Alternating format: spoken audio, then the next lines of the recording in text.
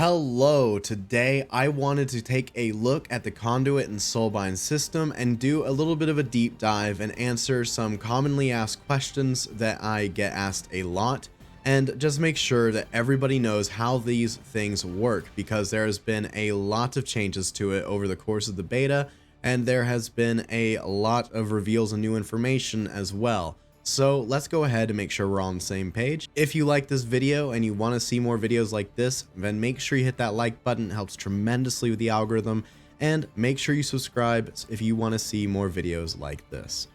Let's go ahead and get into it. So the way that you actually access your conduits and your Soulbinds is you find your Forge of Bonds in your Covenant Sanctum. Every Covenant Sanctum has one somewhere inside of it, and they all look the exact same. They look just like this. And you open it up, and this is what gives you access to all of your Soulbinds and your conduits. They're all found here. Alright, so first of all, what are Soulbinds? Well, Soulbinds are essentially like talent trees that you get when you join a covenant. You will get access to 3 dependent on what covenant you join, and you will unlock these in a couple of different ways. When you first join the covenant, you will get the very first guy unlocked, and sometimes they'll offer you the third as well. I'm not sure what that's going to look like in live, but currently you unlock both the first and the third right off the bat, and then you have to do a quest line to unlock the middle option. Now, like I said, I expect the third one to be locked behind a quest at some point. I'm just not really sure, and Blizzard hasn't really made their intentions clear there yet. Once you have a Soulbind unlocked, then you're able to select that Soulbind, and you will be able to pick out abilities down the tree. Now, this is where things get a little interesting. So you do not have access to the full tree like I do here on the beta. In live, what will happen is you will unlock each one of these horizontal rows. This is a row, this is a row, this is a row, so on and so forth, just horizontal rows. You unlock these by progressing your Renown. Renown is a currency basically that you collect for your covenant, and you use it to power many different things inside of your covenant, including your Soulbinds. So let's go ahead and take a look at those. So now we are at the Keeper of Renown. There is a Keeper of Renown to some effect in every single covenant, and it is your own individual person. For the Necrolords, this is this person right here, so I'll go ahead and talk to her and say, what is my Renown with the Necrolords? As you can see, it is, let's not beat around the bush, it looks like a battle pass, and it kind of is, except for it never resets or anything like that. It's only a battle pass in aesthetics. It doesn't operate like one really at all. So basically what happens here is you rank up your Renown, and you earn Renown by doing world quests. It drops off of world bosses, it drops off of dungeon bosses, it comes from PvP, it comes from everything. Every single thing in the game that you can possibly do, it comes from it. It even drops off some mobs. There's no clear-cut way to actually grind it like there was for example, Azerite Power with Island Expeditions, and the trip to 40 Renown is capped, so it will never go above 40. You'll never try and go to 50 or 60 or 70. It stops at 40, and Blizzard has made it clear to us that that is their intention. It will have a cap. It will not go higher than that. So this is a one-time unlock for your character, and it happens pretty quickly. I haven't had a chance to try it out myself just yet, but asking around on the beta, it takes about 2 to 4 weeks to get to level 40. So with that being said, there is no way to actually grind this out. There's no Island Expedition fiasco waiting to happen here. You do not need to grind this out. It is capped, so you won't be grinding this over the course of the expansion. It will happen within your first month of playing your character, and there is a catch-up mechanic for your alts, and for those of you who may leave and come back or join the Shadowlands expansion a little late. It will start rolling from the very first week of the expansion, and although I don't know exactly how that's going to work, I assume that it's going to be something like it was with the Azerite Power, where every week that you're gone, then you get like an extra modifier, like extra 25% Azerite Power earned kind of thing, and that will be the catch-up mechanic. So overall, this isn't a bad system. This isn't something like Azerite Power or anything like that. It does kind of remind you of it, but it doesn't operate that way, and it doesn't have the same pitfalls that had. So that is really good, and this is ultimately how you unlock your Soulbind abilities. You unlock them at different stages in here. So like right here, Soulbind Upgrade Marleth, you may access Plague Divisor Marleth's third row of Soulbind traits. These are sprinkled all throughout for all of the different Soulbinds, all the way to row level 34, where you finally unlock the final row of traits for Emily. This is the final point where you will have every Soulbind unlocked. So this is the Renown side of Soulbinds all in one. Let's go ahead and get back to the Soulbinds. All right, so now that we know how the Soulbinds fundamentally work, how they're unlocked, so now let's talk a little bit about what they actually do. So when you unlock your Soulbinds and you come in here and you look at your abilities, you'll see generally for most, the ultimate ability is at the top. For some reason, Plague Divisor Marless is down at the bottom still. There was a flip-flop in the last week where they literally turned them on their heads, and basically like this is completely upside down. These three were the first choices. This is the final row. So it's been a pretty big change recently, and one of the reasons why I wanted to do this video. But Volatile Solvent, for example, makes it to where when you use your Fleshcraft near an enemy corpse, then you'll actually derive a small benefit from it. It's not anything huge, it's not a massive game changer, it's just a little fun quirk really for when you're questing. Not a very strong ability, but down here at the ultimate ability is what we're kind of calling it, is the final ability. It's the most important and game-changing ability most times in these Soulbind trees, and it is the final or the top pick. For this one, it is Ultimate Form. While channeling Fleshcraft, you are immune to crowd control, and you regenerate 2% health every 1 second. If you finish a full channel, you gain 4 seconds of crowd control immunity, during which you regenerate 2% of your health every 1 second. These are some great examples of kind of stuff that it does. They will usually alter the way that you use or can use your Covenant abilities to some degree, and then the other ones in the middle are generally something that is a little bit more kind of general use, maybe useful for questing, maybe useful for professions sometimes, and they're usually nice little quirks. You will occasionally find some powerful ones in the kind of regular picks, and those definitely stand out amongst the Covenants that have them, but chances are these will be seeing nerfs in the future because they are kind of out of line with what most of the Covenants Soulbinds actually try to accomplish. But there are some interesting picks sprinkled throughout. I highly suggest you go to Wowhead and you check out the Soulbind calculators to look at the Covenant that you plan on playing and seeing what they offer you. Something else that is a really common question I get asked is that people don't realize that all of these abilities here, not the conduits, but the abilities in the Soulbind tree, are actually Covenant wide. These are not DK specific abilities. These abilities are available to every single Necrolord. Every single Necrolord gets Bonesmith Haramir. Every single Necrolord gets every one of these abilities if they choose to go with his Soulbind. These are not specific to your class, they are specific to the Covenant. So I want to make that very clear. Everybody who joins the Necrolords gets Plague Divisor Marleth, Emily, and Bonesmith Haramir. And every single Necrolord gets access to all three of their abilities. Everybody has Forge Bone Reveries. Everybody has Haramir's Arsenal, Marrowed Gemstone. They are for everybody. I want to make that very clear. I've had a lot of people that were not clear on that asking me questions, and it's wanted to just go ahead and nip that question in the bud. All right, so now let's talk about conduits and where they fall into this mix. As you can see here, we have an ability here, and I'm going to go ahead and click to activate it.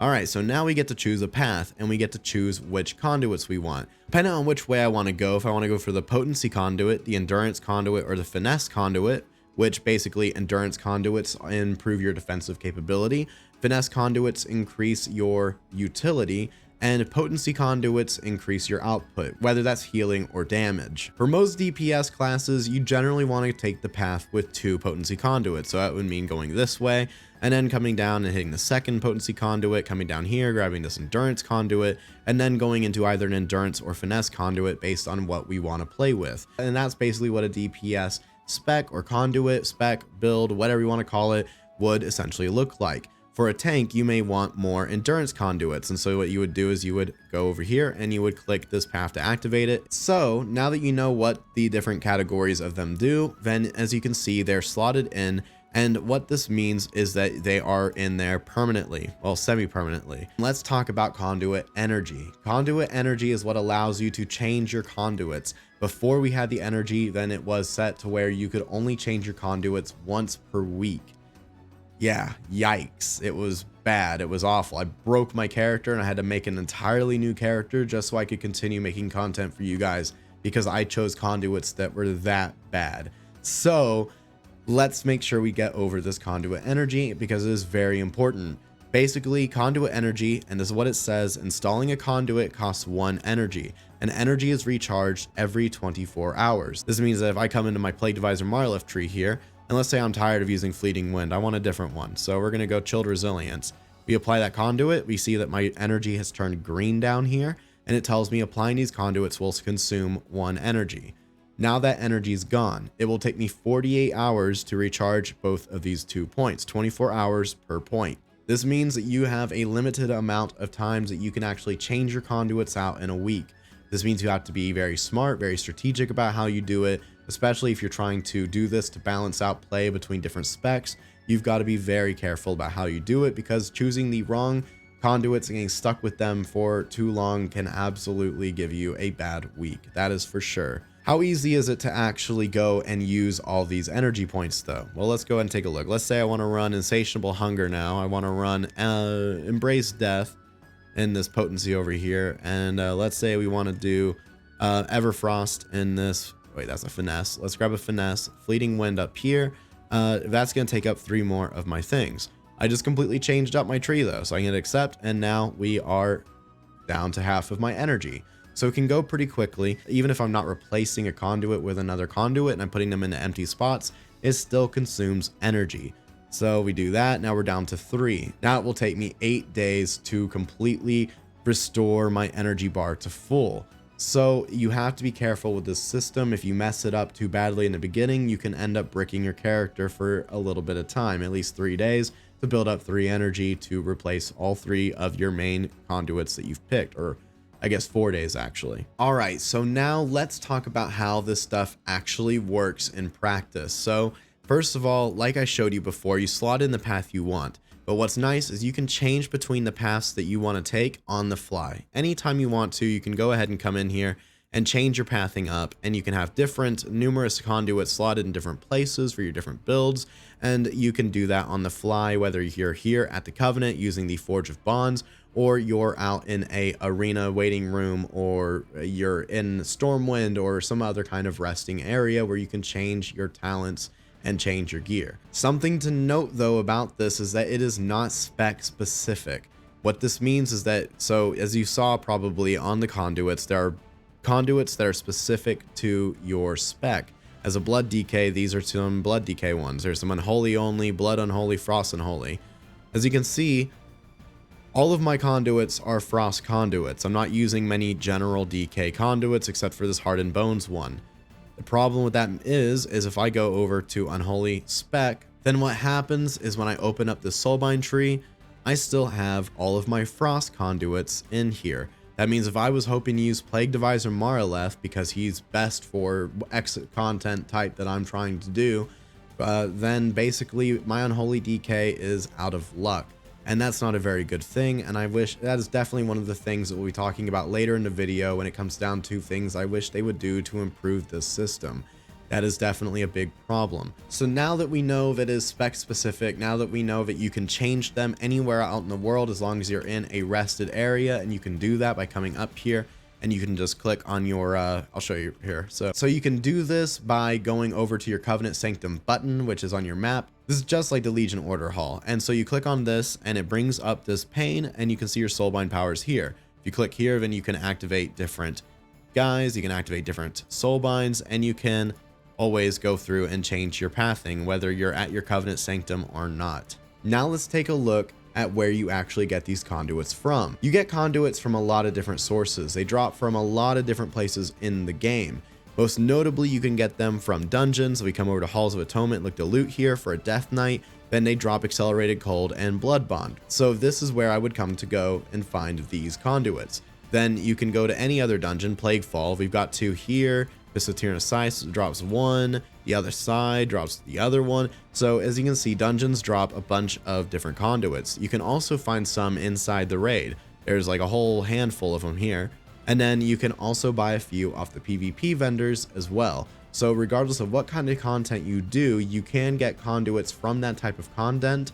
And that also means that if you want a conduit that comes from, say, raid, and you're not a raider, then you're gonna have to raid to go get that conduit. Sadly, this does mean that if you want to get the best conduits, you're going to have to perform well in the game, you're going to have to do higher level content. For example, Raid Finder drops Chilled Resilience Finesse Conduits of item level 184 with a reduced cooldown on Icebound Fortitude by 26 seconds. But if I go over to Mythic, then we'll see that it drops an item level 226 conduit that gives you a reduced cooldown of 32 seconds. So this means that if you want the best conduits, you're going to have to perform in the best content. And I know that's not everybody's cup of tea, and I know that not everybody's going to be happy with that, but I didn't design it and would not have designed it this way if I had. But that's just how it is currently set up. But they come from a lot of different places in the game, and that's ultimately a good thing. I like the idea of them coming from different places in the game and not just all coming from one place and all that kind of stuff. But I gotta be honest, not too hyped about the whole item level thing and ranks, not a serious fan of that, but let's go ahead and move on. All right, so now that we've talked about the conduits, the soulbinds, how they work, how you use them, and how you actually change them, and all the stuff involved of all that, let's now talk about what could be done to make this system better. Because there's obviously, first of all, I gotta say, at least in my opinion, that I think it's a really cool system. I do think it's a cool and fun and unique system. I think it's interesting, but it's got some fundamental flaws that make it borderline just kind of annoying in my opinion. So how could Blizzard actually make it better? I think first off, leaving it largely how it is, except for making it spec specific. When I go to Unholy spec, for example, I do not want to have frost conduits all inside my soulbind trees. That's not going to be helpful to me in any way. I feel like they should make them spec specific so that we don't run into this problem, especially for hybrid classes. And like, I ult a druid, and I mean the druid, I'm already having nightmares about what it's going to be like trying to balance these trees between 4 different specs. It's not going to be good, because some trees are just so overwhelmingly better for different types of content, for tanks versus healers versus DPS. There's all kinds of reasons why 2 specs might share one soulbind tree as their best. And if you are doing mythic rating as a resto druid and, you know, rank 1 gladiator feral druid, then, or something like that, then yeah, you're gonna run into some freaking problems that they share the same soulbind tree as their best tree. Another thing that I think is annoying is that the conduits have all these ranks and item levels. The ranks in themselves I think are kind of cool because it makes these get more and more powerful over time, and that will vastly shift up the meta as to which conduits are best for each class as they get better and better and better. And I think that's really, really interesting and cool. However, it makes acquisition an absolute nightmare. We've got, you know, if you don't mythic raid, then you're not just going to be missing the mythic raid gear. You're going to be missing, you know, huge amounts of output and huge amounts of power from your conduits. I mean, the difference here is 32 seconds versus 26 in Raid Finder. But what about ones that increase output? Insatiable Appetite increases your Death Strike minimum healing by 1.3% when you get it from Raid Finder. Very strong, very nice. This is a kind of abyss conduit for DKs because it is so powerful, especially for blood DKs and especially for PvP DKs. Well, let's look at the difference between a PvP DK that chooses to get their Raid Finder conduit, for example, versus their Mythic conduit. Their Mythic conduit does 1.6%, which doesn't sound like a ton, but we're talking about an ability that in PvP only heals you for 5% of your maximum health. But you see the point here. You know, it's quite a bit of a difference, and it will add up over the course of a battle. And if you don't understand Death Pact, like, these are really small numbers, but in Death Pact terms, this is massive. I see this as a problem because players that don't do mythic raiding, for example, are not going to have access to specific conduits that are really, really powerful. They're also not going to have access to the best versions of those. I think that's kind of lame. It's one thing for gear, you know, that's how gear works. Those who participate in the best content get the best gear. However, when it comes to conduits, it's like this is just this borrowed power system. It's just weird to me. It's just weird to gate so much of it behind content that the vast majority of the player base doesn't even take, you know, part in. So to me, that's like really weird, and I kind of hope that they consider, you know, changing that up just a little bit. So that to me seems like a problem, and I'm not a huge fan of that. It's the exact same thing with the specs not being specific with the soulbinds and all that stuff. It's just like, it just seems like unnecessary gating. It's like, you want to play Unholy, well, too bad, you have frost conduits in, unless you want to spend all your energy and risk bricking your character if you mess it up, then you're gonna be, you're gonna be stuck playing Unholy with Frost Conduits, which is going to cost you quite a bit in the long run. So to me, it's just this idea of gating people out of content unnecessarily that really just bothers me. If you like this video, then make sure you hit like. If you want to see more videos like this, make sure you hit subscribe. And thank you so much for watching. You guys are the bomb, and I will catch you next time. Have a great day.